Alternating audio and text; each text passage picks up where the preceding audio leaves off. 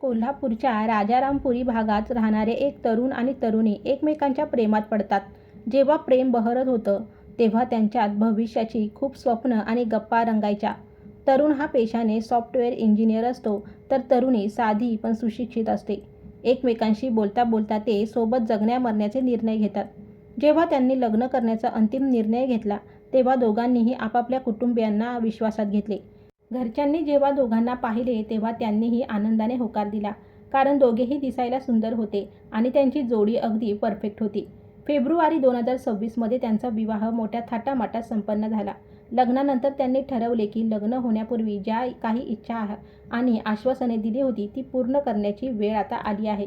त्यांनी पहिला निर्णय घेतला की ते दोघे मिळून केदारनाथ बाबांच्या दर्शनासाठी जातील. दर्शन घेऊन जेव्हा ते रेल्वेने परतत होते तेव्हा अचानक त्याची पत्नी ट्रेनमधून बेपत्ता होते. ती गायब होऊन थेट 1154 किमी दूर पोहोचते. ती परत मिळते खरी, पण ज्या परिस्थितीत आणि ज्या कारणाने ती सापडते ते ऐकून तुम्हाला मोठा आश्चर्याचा धक्का बसेल. सध्या सोशल मीडियावर ही कथा खूप वेगाने व्हायरल होत आहे. नक्की काय होती तिच्या बेपत्ता होण्याची कहाणी? ती कशी परत आली? आजच्या या कथेच्या माध्यमातून आपण हेच जाणून घेण्याचा प्रयत्न करणार आहोत.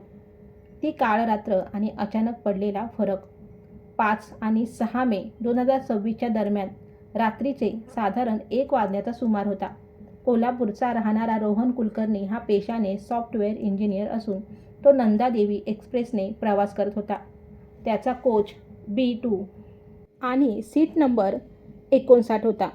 रात्री 1च्या सुमारास अचानक रोहनला जाग आली. त्याची नजर साहजिकच त्याच कोचमधील 64 नंबरच्या सीटवर गेली, जिथे त्याची पत्नी प्राजक्ता झोपली होती. पण तिथे प्राजक्ता नव्हती. रोहनला वाटले की ती वॉशरूममध्ये गेली असावी. तो उठला आणि थेट वॉशरूमच्या दिशेने गेला. त्याने वॉशरूमचा दरवाजा ठोठावला, पण दरवाजा उघडल्यावर आतून दुसराच प्रवासी बाहेर आला. आता रोहन घाबरला. त्याने एका बोगीतून दुसऱ्या बोगीत जाऊन प्राजक्ताचा शोध सुरू केला.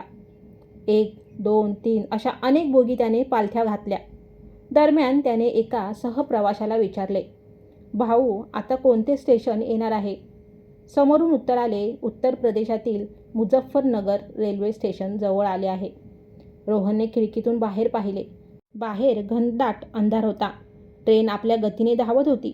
रोहनने आपल्या पत्नीला शोधण्यासाठी जंग पछाडले, पण प्राजक्ता कुठेच सापडत नव्हती. हताश होऊन त्याने शेवटी कोल्हापूरला आपल्या घरी फोन केला आणि सांगितले, बाबा प्राजक्ता ट्रेनमधून अचानक गायब झाली आहे. मी तिला सगळीकडे शोधले पण ती कुठेच नाही आहे. ट्रेन मुझफ्फरनगर स्टेशन सोडून पुढे निघून गेली होती. ही ट्रेन डेहराडूनहून सुटून गाझियाबादला पोहोचणार होती. रोहन शेवटी एकटाच गाझियाबाद स्टेशनवर उतरला. तो प्लॅटफॉर्मवर उभा राहून ट्रेनमधून उतरणाऱ्या प्रत्येक प्रवाशाकडे आशेने पाहत होता, पण प्राजक्ता तिथे नव्हती. पोलीस तपास आणि 51 किलोमीटरचा पायी शोध. शेवटी रोहनने गाझियाबादच्या GRP रेल्वे पोलीस ठाण्यात धाव घेतली. त्यांनी पोलिसाला सर्व हकीकत सांगितले. माझे नाव रोहन आहे. माझी पत्नी प्राजक्ता, वय 28 वर्ष. आम्ही कोल्हापूरचे राहणारे आहोत. मी ग्रेटर नोएडा येथे काम करतो. आम्ही 2 मे रोजी केदारनाथला गेलो होतो आणि 5 मे रोजी नंदादेवी एक्सप्रेसच्या B2 कोचमधून परतत असताना ती अचानक गायब झाली. पोलिसांनी सुरुवातीला त्यांना अनेक प्रश्न विचारले, पण नंतर हा गुन्हा आमच्या हद्दीत येत नाही. हे प्रकरण उत्तराखंडचे आहे. तुम्ही तिथे जा, असे सांगून हात वर केले. दरम्यान कोल्हापूरहून रोहनचे कुटुंब तातडीने गाझियाबादला पोहोचले.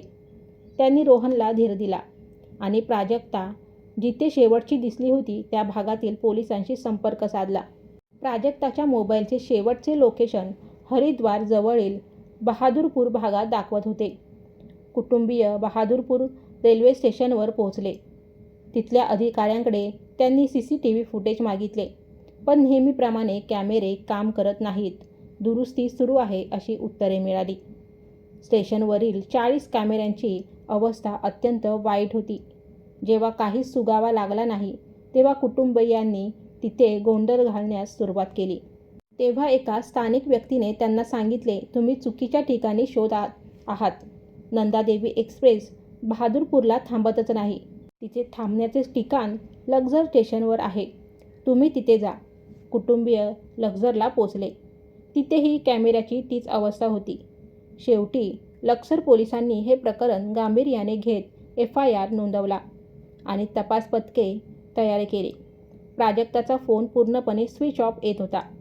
पोलिसांनी आणि कुटुंबियांनी मिळून रुडकी ते मुझफ्फरनगर दरम्यानच्या 51 किलोमीटरचा रेल्वे ट्रॅकवर पायी चालत शोध घेतला. त्यांना भीती होती की प्राजक्ता चुकून खिडकीतून किंवा दारातून खाली तर पडली नाही ना. पण 51 किमीच्या शोधानंतरही काहीच हाती लागले नाही. पोलिसांनी प्राजक्ताचा CDR, व्हॉट्सअप, फेसबुक मेसेंजर आणि इंस्टाग्राम चॅट्स तपासले की तिच्या आयुष्यात कोणी तिसरी व्यक्ती तर नव्हती ना. पण तसे काहीच आढळले नाही. त्यानंतर संशयाची सुई रोहनकडे वळाली. पोलिसांनी रोहनची उलट तपासणी केली, पण त्याने प्रत्येक वेळी एकच आणि सत्य माहिती दिली. पोलीसही हताश झाले आणि शेवटी हे प्रकरण देवावर सोडून सोशल मीडियाचा सहारा घेण्यात आला. प्राजक्ताचे फोटो, माहिती आणि शोधून देणाऱ्यास 1 लाख रुपयेचे बक्षीस जाहीर करण्यात आले. 1054 किलोमीटर दूरवरून आलेला तो फोन. 10 मे 2026च्या रात्री अचानक प्राजक्ताच्या भावाच्या फोनवर एका अनोळखी नंबरवरून कॉल आला. पलीकडून प्राजक्ताचा रडवेला आवाज आला. दादा, मी बिहारच्या बेगुसरायमध्ये आहे. मला इथून घेऊन जा. हे ऐकून सर्वांच्या पायाखालची जमीनच सरकली. लक्सर ते बेगुसराय हे अंतर तब्बल 1154 किलोमीटर होते. पोलिसांनी तातडीने बिहार पोलिसांशी संपर्क साधला आणि बेगुसराय गाठले. 11 मे 2026 रोजी दुपारी 1च्या सुमारास प्राजक्ताला कुटुंबियांच्या ताब्यात देण्यात आले. रुसवा आणि रागाची खरी कहाणी. जेव्हा प्राजक्ताला विचारण्यात आले की नक्की काय झाले होते, तेव्हा समोर आलेली हकीकत थक्क करणारी होती.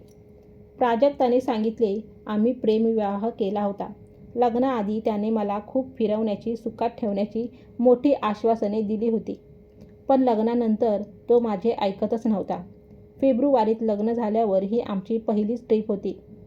केदारनाथहून परतताना हरिद्वारापर्यंत सर्व ठीक होते. पण ट्रेनमध्ये आमच्यात एका कारणावरून कडाक्याचे भांडण झाले. या भांडणामुळे रोहन रागाने आपल्या सीटवर जाऊन झोपला. पण मला मात्र प्रचंड राग आणि दुःख झाले होते. ती पुढे म्हणाली, मी रागाच्या भरात माझ्या मोबाईलमधील सिम कार्ड काढले आणि ते तोडून टाकले.